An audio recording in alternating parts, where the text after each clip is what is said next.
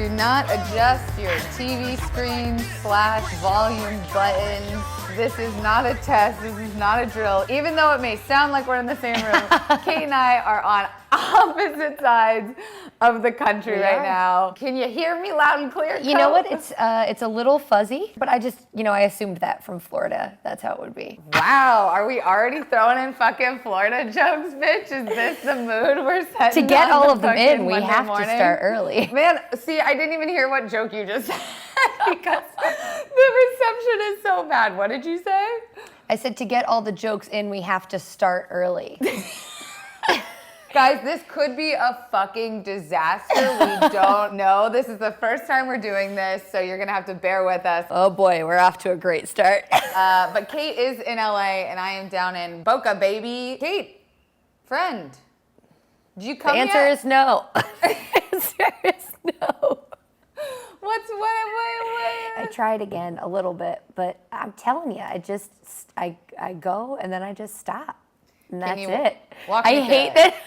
Walk me through it. What happened? Walk me through it.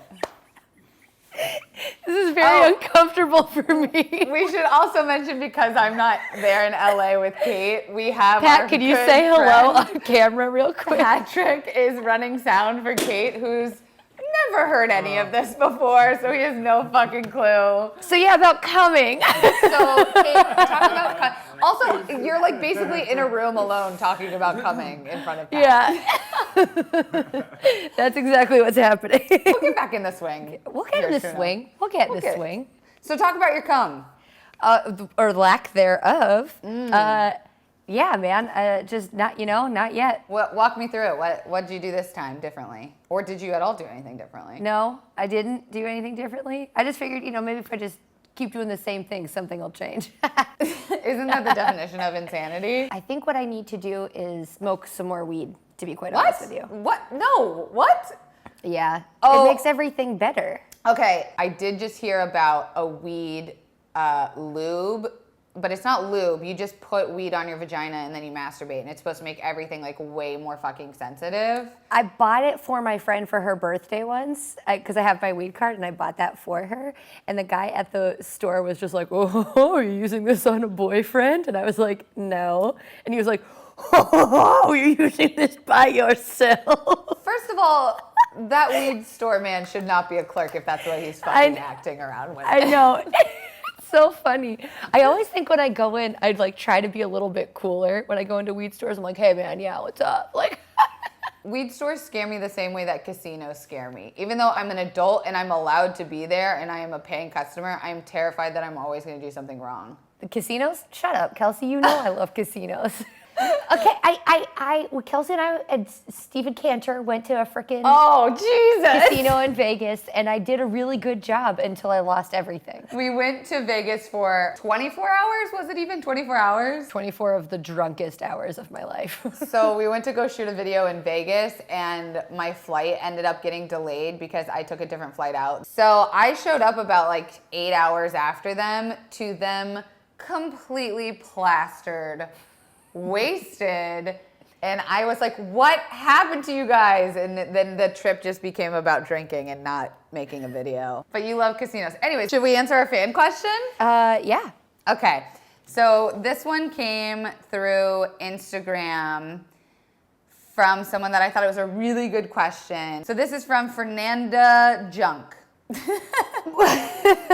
She said, huge fan of the podcast. I could really use some help. So I am from Brazil, but I've been living in Germany for some months now because I am doing an exchange year here. I just got recently single, so I decided to download Tinder here to see how it would go. I went on a date with a guy on Sunday and it was really nice, but he didn't kiss me at the end.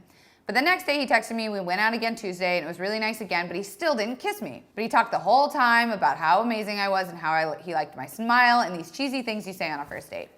But after that, I had another date with a guy on Wednesday. And so I went to meet him and it was going so well. He was gorgeous, fun, intelligent, and then who fucking appears? The guy from the other date. And so he even comes over to the table to say hello. I just felt so bad. I tried to make it look natural so both wouldn't notice. So today I texted the guy who we bumped into, saying that the guy I was on a date with just a friend. I didn't want to lie, but I also didn't want to ruin my chances with both, you know? Now I'm feeling like crap. I am super embarrassed and I don't even hang out with one of them in a public space. What does she do? She went on 2 dates with a guy who didn't kiss her. She went on another date with a different guy. On that date, she saw the first guy, and now she feels bad. And also, the other guy like came up to the table, which I think is a really either ballsy or totally fucking naive move, because he saw this girl out with another guy and didn't think that maybe she was on a date, so he just went up to the table to say hello. Like, that's fucking ballsy, unless he was doing it in the way where he genuinely didn't know you were on a date, and then I think you're okay. Also, I don't know why she lied. Like, she felt the need to text the guy and be like, by the way, that wasn't a date, which it was. I kind of do the same thing if I'm even like talking to someone or kind of interested in them. I'm like, oh, I'm fully committed to you. Like, I'm just committed to the idea of you. She's recently single, so she's used to commitment. So I feel like, ooh, good point. Unless you have the conversation where it's like, oh no, we're not dating other people. And 2 dates, you owe nothing girl. to anyone. Date around. You don't owe anything to anybody. You don't have to lie. You don't have to worry about their feelings. You're single. I mean, worry about their feelings, of course, but not like, that's why you're on the app, you're dating multiple people. I guess if the guy likes you, it won't really matter if you were on another date, you know what I mean? Like, even if he didn't kiss you, that doesn't mean he's not into you. He could be totally nervous. I think if he's into you and then he sees you out on a date with another person, ooh, that could actually be like hotter. That makes you more desirable. It makes you the thing that they can't have. And what's that quote they say? You always want what you can't have. Or figure out first why it was that you felt uncomfortable having him see you on another date. Well, you hit it on the head. She's so single, newly single, that she probably feels like she's doing something wrong because she's seeing multiple men at once. For sure. And if that is the case, I don't even think you need to talk to this other guy about it. Yeah. Unless, of course, you want to continue dating him, and then you talk to him and figure out what you want. But you don't have to be committed to anybody, and you don't have to. You're allowed to date multiple. But I get that. There's a lot of shame in being like, oh no, I'm not dating around. I'm in a tower. I'm unapproachable. I think too, like, it comes back down to the basic idea, and this is just like a blanket statement for a situation like this, but like, women don't owe you shit, men. Like, we don't owe you a fucking explanation. We don't owe you a fucking text. We don't owe you an apology. Like, we don't owe you a commitment either. We don't owe you shit, like, especially after 2 dates or 1 date or whatever it was. Especially if he's not making a move, which I understand. I'm not saying make a move, test it out, talk about it. It sounds like there's a lack of communication in general here. But like, you also don't have to, like, after the second date be like, let's communicate. Like, what's our communication style? Like, this is the time where you really want to feel someone's communication style out. I would highly recommend reading or taking the test. It's called your love language. You can figure out like how you like to be shown emotions and how you emote to someone that you're in a sexual relationship with. There's like 5 things you can be. You can be like words of affirmation, physical touch, acts of service, gifts, and then there's another one. So basically, like, my love language is I like words of affirmation. So you can show me, you can touch me all you want, but if I don't hear from your mouth that you like me, it just doesn't register. So like, learning that about myself really helped me learn how to communicate better with my sexual partners, because I would have them also take it so that I could learn like how to make them happier. What date do you do that on? Oh God, never a good time. I don't know.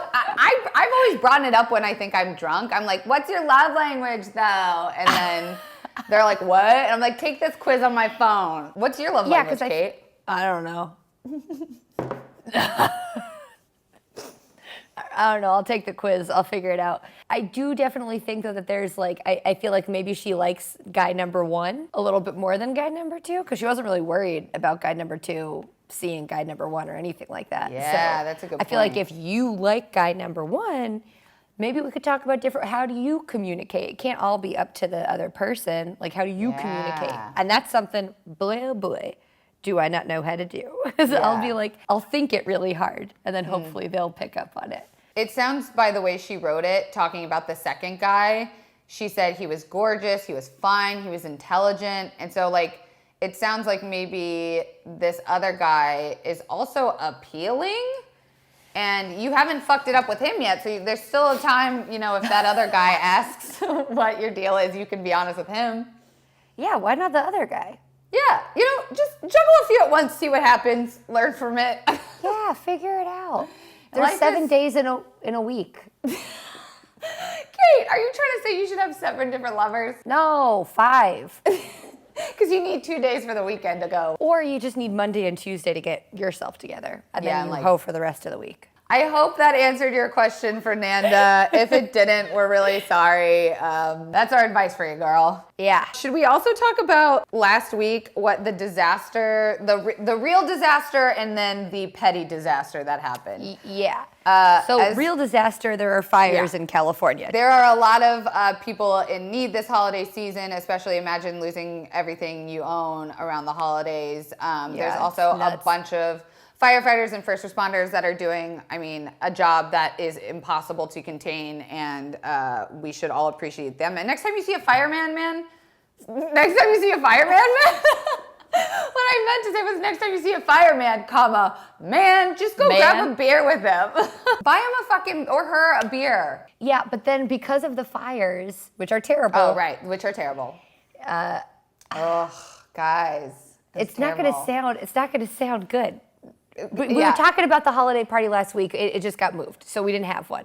They canceled the holiday party because it was up in the hills where the fires were happening. So it wasn't like we were just gonna have a party in the middle of Hollywood and they were like, oh, there's too many fires. It was like really close to where the fires were happening, and the smoke and the air quality was really shitty. So they were like, we don't want to put a bunch of drunk people up trying to get by. So they moved it. Yeah, so it's fine, but that's why we don't have any holiday party updates. We did actually, Keith, one of the Try Guys, you guys know him, he scrambled to put together a backup unofficial Hala Cray party was what he called it, where the next day he spent all day calling venues asking if they could host 200 something plus people last minute for free for a party, and we found a club. And Boulevard 3. Yeah, Boulevard 3 in Hollywood. Shout out to them. And we got a couple free bottles of vodka. They had a booth set up. They put up fucking signage. They put up a photo booth with like a little Holocray logo. They had lights. Kate, you didn't go. Why not? I was tired, man. I was tired, and I came to the conclusion that most of the time when I go out, I'm like, all right, tonight's the night I fall in love, and I find that one person who I could be with forever, and then I'll never have to go out again, ever. So I didn't want to go dance. I was tired. I'm trying to save money. The lift is expensive. I'd have to put on a dress, which I already had on. I was actually dressed to go. But fully dressed. You were fully dressed, drinking a glass of wine in your Instagram story, and then texted me, I'm not coming. I just didn't want to deal with the hassle. The good news is that wasn't the real holiday party, so I think you get a pass if you just didn't feel I wasn't prepared. Yeah. I was tired. I was ready to go home and go to sleep, and then Keith had to throw a party. So selfish. I went for like an hour. It was fun. Basically, the moral of the story is we hope all those people who are dealing with the fires get out safely, and that we're This part might thinking need to of be them. cut. We have a few other things to bring up. Panties. Wow, how do we segue into this? I think we just talk about it, man. Boy, Okay. I could use some extra money. Hey, this would be great if we had a fucking Me Undies ad to talk about underwear so that we could easily segue into this next topic. And instead, we will just say that we love underwear in general. Okay, so back when I was in college, this is for real. I was so broke, I looked up many ways to make extra money. And one of them that I really wanted to do was sell my eggs. But It's so invasive. But it pays, baby, does it pay? But the then thing is that I just never went through with it. I was just like, yeah, I'm just gonna get stoned and not do it. And also the fact that you would then have a child out in the world, Kate. Yeah, but it wouldn't be my kid. Yeah, it would. It's your egg. Yeah. I didn't actually consider that part. Thank God I didn't do it. What else was on this list? The other easier one, way less invasive, felt like was selling my underwear online. And Patrick, you can't laugh.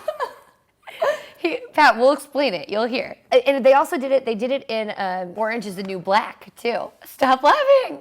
Oh, they did do that. So basically, like, apparently there's some website. It's a real website that is just exclusively for this purpose, where girls wear underwear and then men or women, people buy it. People buy it After you worn it. And you can, like, do shit in it. You can go, like, play people sports. like the You masturbate dirtier in it is, the better. So what we're saying is Kate and I are going to do this. But here's the thing. I've watched Law and Order so many times, like SVU so many times, to be like, they're going to know it's mine and they're going to find out where I am and they're going to track me down. What? And then How would they find you from your underwear? Dude, smelling dogs could find me and leave a trail. You think someone in, like, the fucking Middle East, let's say someone from, like, the Middle East buys your underwear. Let's leave the Middle East out of this. Let's leave the Middle East out. Someone from Asia buys your underwear. Why are we leaving the Middle East? Why can't I use the Middle East as an example? I don't know.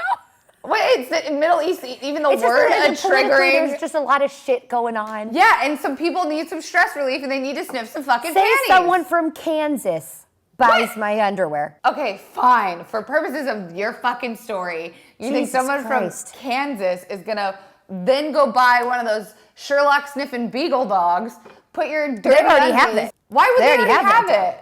That's what I'm saying. People might have it.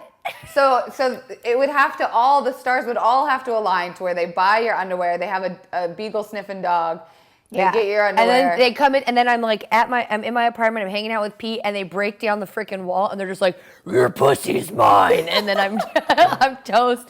They cut me in half, and then they just literally drive away with my pussy. And I'm just, oh my God. Oh my God. So that's why I'm scared to do it. Oh my God. But Kate. you know what? Would it be nice to make an extra couple hundo a month? Yes. Therapy is expensive and insurance is shit. Dude, if we when could it comes pay, to paying you back, ay. if we could pay for our therapy with our used panty sales, I would consider that a fucking win. So basically, this is the challenge. Kate and I are gonna do this. By the next podcast, we'll have an update. We're gonna see who can sell their underwear for the most money, and then we'll donate the other person's underwear to charity or some shit. You fucking crazy person. Should we donate it to charity? I don't know why I'm laughing so hard. Is it dirty money if we donate dirty panty underwear to a charity? I feel like it's like compost money at that point. Wow. Did you just call your pussy a compost? Yeah. I guess it does need to be fertilized. Is that a I have joke like that a lot. works? I don't know. I really just have to figure a lot of stuff out. I have to figure out how I feel about all the things we just talked about. But we're still going to do this, right? You're not backing out. Yeah, of course I'm not backing out yet. Well, no, now it sounds like I'm pressuring you into doing this, and people already think I yell at you or something on the podcast. People keep commenting that I talk too loud and that I'm overpowering Kate. That's just how loud I fucking talk, okay? I just miss you. I miss you. Distance makes the heart grow farther? Farther? This is gibberish. This is nonsense. We can't use any of this. But distance makes the heart grow fonder, baby. All right, you're in fucking Boca. You're in Boca. Let's talk about that. Speaking of distance, I am in Boca doing a mini series. It's a documentary on chronic pain. We are trying, basically Laura and I both have chronic pain. Someone reached out to us, said that they could cure us. We both have incurable illnesses that now. Could we bring Laura in? Yeah, Laura, are you ready? Oh, you're right there. So we just brought Laura in. Hey, girl. Hello. How you doing? Good. Laura, if you don't know her, she is a writer at BUZZFEED and an incredible writer at that. Thank you. She does a lot of content based around, for lack of a better word, My vagina. your vagina. Do you want to tell everyone what the fuck that means? Yeah. So I have endometriosis, and over the years, it's kind of stemmed into a lot of pelvic floor issues, vaginismus, vulvodynia, whatever. Basically, my vagina hurts all the time, and I have a lot of stomach issues. And especially around your period, it's like the labor. worst pain. Yeah. And so it's actually something that affects a lot of women. If you don't know what any of those words were that she just Look said, it up. go fucking read some of her articles, because I truly believe there's no reason why men, especially if you're listening to this, go fucking read about women's health issues, because if you, and especially Laura writes so beautifully and articulates so well what it's truly like to live with a chronic illness, you should know about what this shit is. And there, like you were saying, like It's not uncommon. it's not uncommon. There's so many people that don't know about what this is, and what's the harm in just learning and just educating yourself a little bit? If you understand the vagina better, wouldn't that be great? Yeah, it would be great. I'm sure you've already talked about this in like your articles and stuff like that, but not being believed, even when I first like was learning about chronic pain, which I don't know that much about, so I have a bunch of questions for you guys, but it's hard to believe that it actually is constant, because we're so taught to be like, oh, she's being dramatic, or oh, it's not that bad, it's for like, which is truly horrible. But like when you complain about something, it's very common to sort of be like, it can't be that bad, only because it's so almost impossible to fathom, and I can't imagine what it actually feels like to have to deal with it and then not be especially heard. because all women get their periods, and for some women they could be like, oh, she has cramps, like I have fucking cramps, but to Totally understand like that there are differences in levels of pain, and there are women who don't even understand what the pain you go through is every day. For sure. You know, we knew each other as coworkers, but then when I started reading her articles, we became a lot closer, because I also have a chronic pain called trigeminal neuralgia, and it's a neuropathic pain. So that means it stems from the nerves in my brain, and it goes into my face, and I have anesthesia dolorosa. Laura has been dealing with hers for 10 years coming up now. And mine just happened about 3 years ago. So there is a time where I remember being pain-free very vividly. So the past 3 years has been like, talk about a life change. Holy fucking shit. I have learned so much, just A, about the chronic pain community, B, about healthcare and insurance and how fucked up the healthcare system is, and C, just about like my own resilience and patience. And it's not something I talk a lot about, although I did come out with a video a couple months ago that kind of like showed people for the first time about this pain. And so we thought we'd do an episode about it, because you guys write to us a lot about it. But we started talking just on our company Slack, which is like a G chat room, about our pain. And then we decided to start a support group together. So we host a chronic pain of all kinds, anybody with any kind of pain, doesn't matter what it is. And we do that once a month. We basically like sit around in a circle and cry and drink wine. After doing this for a while, we thought, what the fuck? We should do more content based around this. So we pitched an idea to our boss about going and trying different things to cure our illnesses, because we both are at a point in our pain where we're fucking done and we're over it. Anyways, that's why we're here in Boca. Oh, I was just gonna say, this is like not comparable to what you guys are dealing with, but I know that like, I remember I would see you with like a suction cup on your face, and just see you would just be bruised everywhere else. So like, what are some ways that you guys deal with it? We both, or try. We both are very quiet about our pain, I think. Like, even as much as you write about it, and like as much as I'm starting to make content around it, like we both really internalize a lot of shit. I don't want to speak for both of us. That's what we've been taught though. Like it's awkward. You don't want to make someone else uncomfortable. You don't want to be like, I'm having a really shitty day. Yeah. And I hate my life. Like, you just don't go up to people and say that. You constantly feel like what are you gonna do? Of some sort. We watched that Michelle Wolf special. HBO. Yeah, and she has this joke about with a period, like that's the only time a person is bleeding and it's not the topic of conversation. And it's crazy that you're in like full-blown agony, and yet you still have to be like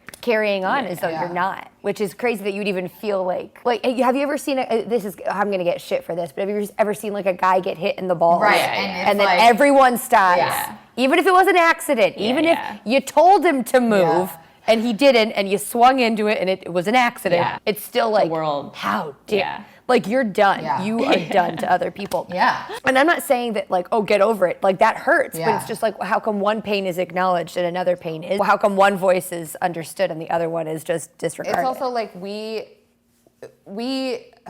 I get tired of having to explain all the time. Like it's like emotional labor. It's the same story every time. Like the statistic I usually tell when people ask about it is I tell them that trigeminal neuralgia was nicknamed the suicide disease in the medical field, because the pain is so brutal and excruciating that people would kill themselves because Jesus. there is no cure for it. And so once I say that to someone, they're like, oh, fuck, like, but you don't act like it, you don't look like it. Yeah. And then that goes into a whole, like, it takes so much energy all the time to explain why I don't feel good, or why I don't feel like doing something, or why I have to cancel a plan, or why I need a break in the middle of the shoot, that, like, I can't help but it brings your fucking mood down, it brings the fucking party down, it brings everybody down to constantly have to be like, even my friends, my closest friends who know about it, like, I worry that if I talk one more time about my pain, they're gonna just throw their fucking hands up and I'm done. And unfriend me on Facebook or some shit. I think it's because we're so tired of dealing with it that we can't imagine another person being willing to be like, oh, I'll take this on, I'll hear about it every day. Because it's like, I don't even want to think about it. Yeah. I don't, like, I'm almost in denial at certain stages, because I'm like, I can't go through this for another 10 years. I don't know how the fuck I've done it for the last 10 years. So I just, like, pretend it's not there. It never works, but I try. And we've both tried, you know, when you do explain to someone that you're in pain and then they offer support, even if it's coming from, like, a good place, like, oh, have you tried yoga? Or have you tried this thing? And Jesus. you were talking earlier about things I do, like transferring pain. I will literally take a heating pad that has been in the microwave for 5 minutes and stick it on my raw skin, and the burning distracts me from the other pain that I feel in my stomach. And I would rather that. Yeah. So this woman who we're down here visiting in Boca, I don't want to say too much because obviously we're, like, in the middle of making the documentary, but she uses lasers to treat chronic pain, and her daughter actually had what I have, which is incurable, and she has been pain-free for 5 years. And I mean, the stories were so similar. Neuropathic pain doesn't respond to opiates or painkillers. So there have been times where I've been in the emergency room 4 days of no sleep, fucking hallucinating because I'm so tired and, like, just drained and crying. And they can pump fucking morphine and Demerol into my body and I will still feel the pain. And I was the biggest mind fucked, and, like, I get, like, angry even thinking about it, and I don't know why, but, like, the biggest mind fuck I'd ever had in my life was being at the best hospital in the world with the best neurosurgeon in the world, screaming and crying, like, begging them to knock me out. Like, I was like, punch me in the fucking face, I don't care, knock me out, put me to sleep, I don't care. And them telling me, we cannot do anything to help you. There is nothing we can give you that will take away this pain. And I was like, if I go to the police and I'm like, this man is murdering me, and the police are like, we can't fucking help you, there's no one else, like,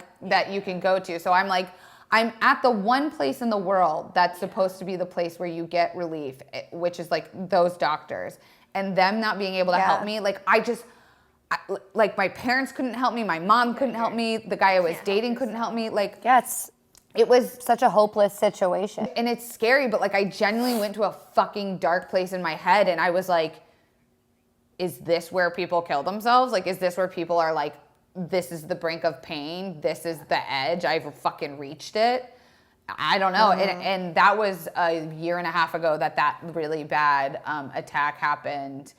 After that, I just remember, like, we talked about, like, we would try anything. And it's really expensive. I mean, do you want to talk about how much, like, money it costs? Well, getting the surgery in the first place, I was in college. My parents helped me out. I had to go to Mayo Clinic in Minnesota, which is supposed to be the best doctor in the hospital in the United States. Yeah. I had to go there to get diagnosed with vulvodynia, which is literally so easy to diagnose. All you do is take a Q-tip to someone's vagina, and if they have excruciating pain, then they probably have vulvodynia. And for some reason, I had to drive to fucking Minnesota to do that. The bills were insane. Insurance doesn't cover it. Insurance doesn't see the endometriosis surgery as, you know, necessary for life. So it's just like, oh, okay, so it's not. That's so fucked up. It's just like, and then, you know, physical therapists aren't covered by insurance, so acupuncture isn't covered by insurance. If I want to see a dietitian to, like, find food that I can eat, it's not covered by insurance. Like, it's so much fucking money, and out of pocket. And it's like, out of pocket money that we're in good situations. Like, we are. We both have good very jobs. Blessed. So I can't imagine. Right.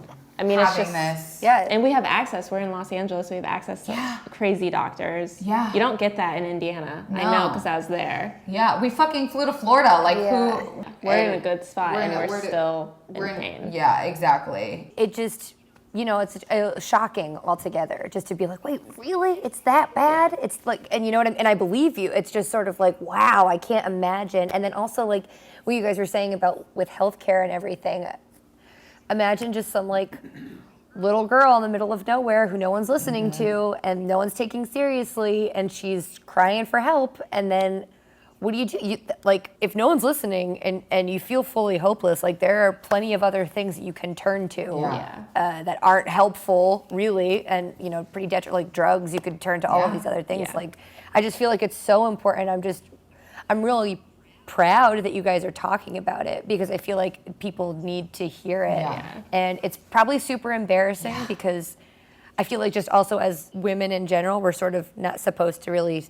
It feels like that. We were kind of like raised to like not really speak out about stuff that's uncomfortable. My therapist once said something to me. He was like, he's a pain therapist, so this is what he does for a living. He was like, if you're in pain, why wouldn't you want attention? And I was going, well, I don't want to come off as like attention seeking because look, I'm in the entertainment business for a living. Of course I love attention, but I wouldn't wish this upon my fucking worst enemy. I wouldn't wish this upon ISIS. Well, maybe ISIS. ISIS can have trigeminal neuralgia. But like, he told me, he was like, why wouldn't you want someone to help you? And I think it just comes back to it feels wrong to want help even though I am hurting. The same way someone with like depression would feel like embarrassed to want help even though they're clearly hurting. Yeah.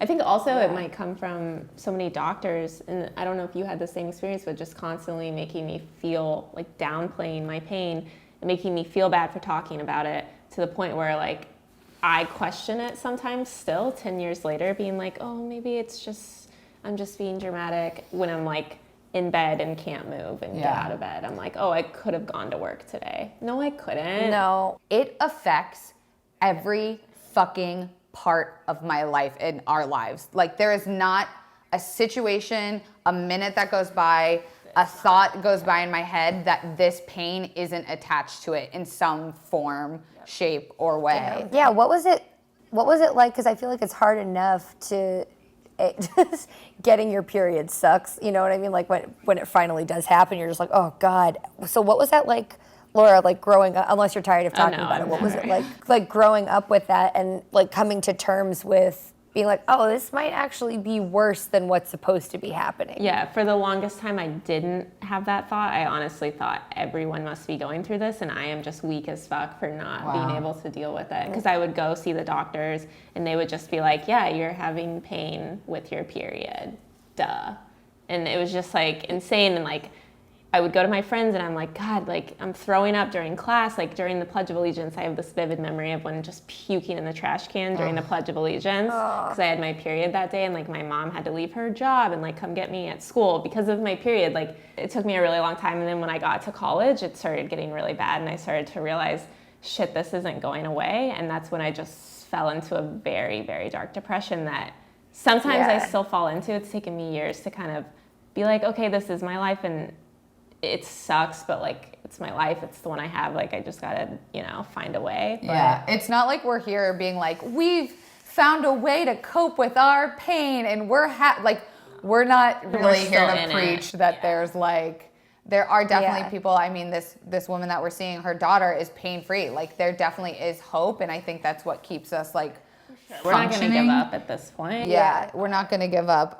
We mentioned that Pat is actually running sound for Kate right now, who is your boyfriend. Yes. And you guys have been together a while, and you've written a lot about you guys' relationship, just especially like when your illness it's so intimate. It's your fucking vagina. Yeah. We're already, as a society, taught not to talk about that, but God forbid.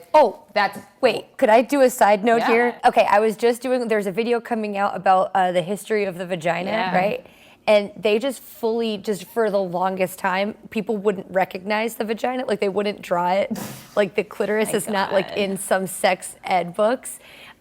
Women were considered to not have sexual feelings towards people like in the Victorian era, which is fucking hilarious because then they were prescribed fucking vibrators for their hysteria. Yeah, it's like back so in crazy. So like, the day. So like it's bad enough, like people don't even recognize your vagina, but then when you're like, oh, I'm also in pain.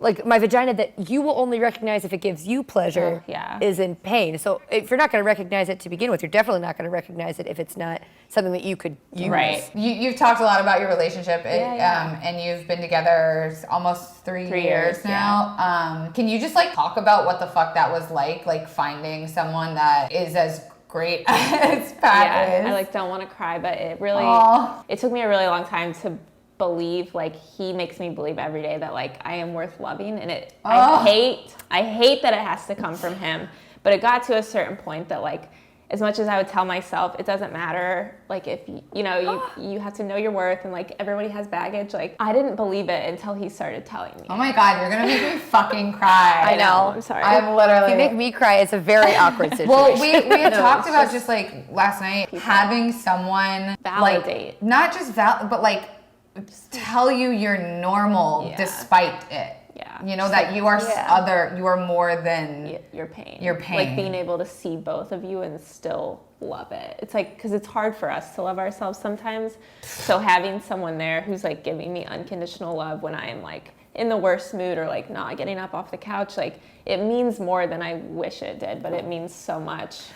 But why? Why would you have? That's a great thing to have. That's all anybody wants. I think that it's really cool to be like, yeah, I could do that for myself. But humans aren't supposed to, exist and thrive in an isolated environment. No, that's totally so of fair. course that feels good. Yeah. Give yourself a break. What with that. I loved that you brought up last night was like, I've never really been in like a long relationship with trigeminal neuralgia. It's new territory for me that I don't even know, like, when do I tell them about it? How do I tell them about it? Yeah. What do I do if I get in a situation where I have an attack? Like, that's the most embarrassing fucking thing ever. And you were talking last night about like when you and Pat first started talking, and he just like wouldn't stop asking you questions, but not in a way that's like, wait, what? Your vagina? Like, he was really like concerned about my well-being, which was new for me. Like I had horrible experiences dating. It's not easy to date when your vagina doesn't work. Like obviously that's a huge barrier, but it got to the point where with him, I was just like very upfront and honest about everything, and I was unapologetic. At that point, I was like, whatever, this is it, it's not going away. Like, you either deal with it or you don't. Like, I'm too tired to care. And he just was like, yeah, it sucks that you have that, but like, obviously it's not your fault. Like, what are we gonna do? And it doesn't affect like who you are as a person. And like, there are many ways to be sexual and be intimate, and it's like, Jesus. I mean, the number one question I'm sure you get asked is like, well, how do you fuck then? That's so invasive. It's like asking like what the how hell is women wrong fuck, with right? people? Like the fact that they just want to ask and they want you to explain to them rather than like going, Google it, bitch. You have fingers and a phone. Listen, I don't even have sex, and I know that there's more than one way to have sex. What defines sex, right? If all it was just penis and vagina, then that one time I did it makes me feel like I never need to do it again. So the last two male listeners that we had are gone now. Can you talk about like how you field that question when it's asked? Yeah. Like, how do you fucking respond when people feel like that who thinks they even deserve that answer? And sure, it like, totally depends on who's asking. it can totally come from a place of like just genuinely wanting to know. The same way that you can like field gay questions when people ask me gay shit. I'm like, okay, are you a fucking perv, or do you actually want to know? Yeah. If it's a woman who's suffering with similar conditions, of course I'm going to be like, not ever going into the details because I like to keep that to myself, but just, that it is very possible, and I have a very fulfilled sex life with or without penetration. Thank you. With or without penetration. So it's like, if it's someone like that, if it's someone else, it's just like, if it's on like Instagram, I'm just immediately block, fuck you. Yeah. It's hard to not respond and be like, what the fuck is wrong with you? Like, seek Jesus. Like, and in a weird way, we talked about this yesterday at the doctor's office. Like, the doctor was talking about how like pain in a weird way can be a gift. And like, we both rolled our eyes at like, obviously as a knee-jerk reaction, but like I do think like by having this pain, I have been forced to talk about it, therefore connecting other people, therefore establishing community, blah, blah, blah. And for you, I was like, I'm a little envious because you have been forced to examine sex in a way that no one fucking gets to. And like, you have to be so communicative with your partner, and you have to know your body, and like in a weird way. Yeah. That is a gift. I mean, it was like a a good system for dating. It gets all the bad guys out. I mean, because if, long term, like if they can't even deal with it a month in, it's like, what is the point of even continuing it? So in a sad way, like, going through the dating, I was like, cool, I'm unlovable. This sucks. But then when you find someone who's truly understanding, it's like, fuck all those other guys. Because it's really like everyone has baggage. It's not like bigger or worse. Like, yeah, my vagina doesn't work. Let's move on. Like, I just, like, I don't think you guys realize, like, I hope anyone that has chronic pain or is dating or in a relationship, like, go read her stuff, because talking about being unlovable because you blame yourself, like, we do that as women just without, just inherently. As people. Yeah. And anything that's, like, not pretty. And having and knowing that it's possible to be in a relationship with chronic pain and to like be loved, I think is, something we desperately need to hear. For people that have chronic pain. Also, Kate, we talked about last night just like how we could relate this podcast to more people, because we both have like such specific fucked up chronic pains, but just the idea that like we sometimes feel like prisoners in our own body, and it's already hard to love your body when it's working at full capacity, let alone when something is, lack of a better term, fucking broken. Yeah, for sure. Yeah. I also just feel like we're all part of a system that's kind of broken, and we make money off of people feeling bad. That's two truths. So I think that it's sort of like, even if the pain, like the physical pain isn't there for some people, there's probably a ton of emotional pain that's there. And it's specifically for anyone who doesn't necessarily who feels othered in any way. I think that there's a shame that comes along with speaking out about anything that's going on, or like validating the feelings, or like even validating like emotional pain. Like I know it bothers me when I would say to people, like, I'm sure as it bothers you for someone to be like, yeah, I have pretty bad cramps and too. You're just like, be like, kill me now. Yeah. But then for like when you have like depression or something like that, or for me with like an eating disorder, when people will be like, oh God, yeah, I eat my feelings sometimes too. It's like, do you? What I mean? Yeah, but that, or like, totally. I've been sad before, so but then you also don't want to like let go of their feelings, or like what's the word? Diminish. Like write off their feelings. Yeah. Diminish. Diminish. Yeah. So I just feel like hopefully from all of this, people will just be a little like kinder to yourself and listen to other people. And if someone is doing something for attention, say someone really doesn't have pain or whatever they're talking about. The fact that they're speaking out for attention means they're in some sort of pain. Yeah, for like sure. be fucking nicer to people. Like, where's the empathy in this world? Right. Why do we get so mad at people who are asking to be helped? I don't fucking know, Kate. I don't know. I've been asking myself this question every day, but I think it just comes back to like, everyone has a relationship with their body. Everything fluctuates. There are days when you feel really good. There can be more days that you feel shitty. But at the end of the day, unless you get robotic arms, this is the one body you're given, and to do the best you can with it and love yourself the best way you can, whatever the fuck that means, no matter what. Trust yourself. Trust yourself and trust each other, and just try to be a little bit nicer. Yeah. Laura, where can people find you and read your stuff?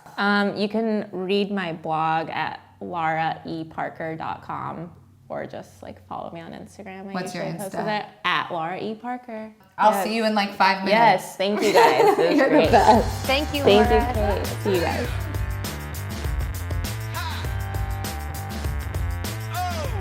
I have been having to pee for like a long time now. Should we give our shout outs? Let's do it. I want to give a shout out to Lady X Martini, at Cassidy Leonard, and at Andrea Wang. Yay. I'm going to give a shout out to Susie Goet first. Lazarar 93. Why do you pick the hardest fucking names to shout out? And Julia Ray. They have the most heartfelt messages. Aww. Guys, you can message us on Instagram, on Twitter. You can follow Kate at KTP on Twitter, at Kate Peterman on Instagram. Adult shit. Kayteapea. Or no, shit. Kayteapea on Twitter. You can follow me at Kelsey And then Kate Dara. Peterman. What's my name? Kelsey Dara, and all the things. We will give you a panty update next week. Oh, yeah. If you have any tips, if you've done this before, tweet at us so we know what to do. This has now become a competition, I've just decided.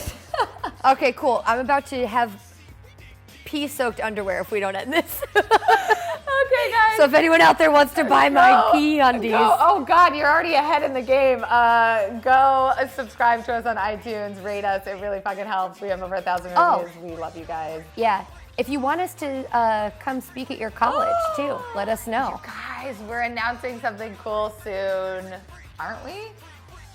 I think so, but you guys should just, like, if you want us to come speak, just like let us know. We will. Adult shit. the Watch us one. fuck up so you don't have to. All right, baby. We will see you next week. Fucking bye.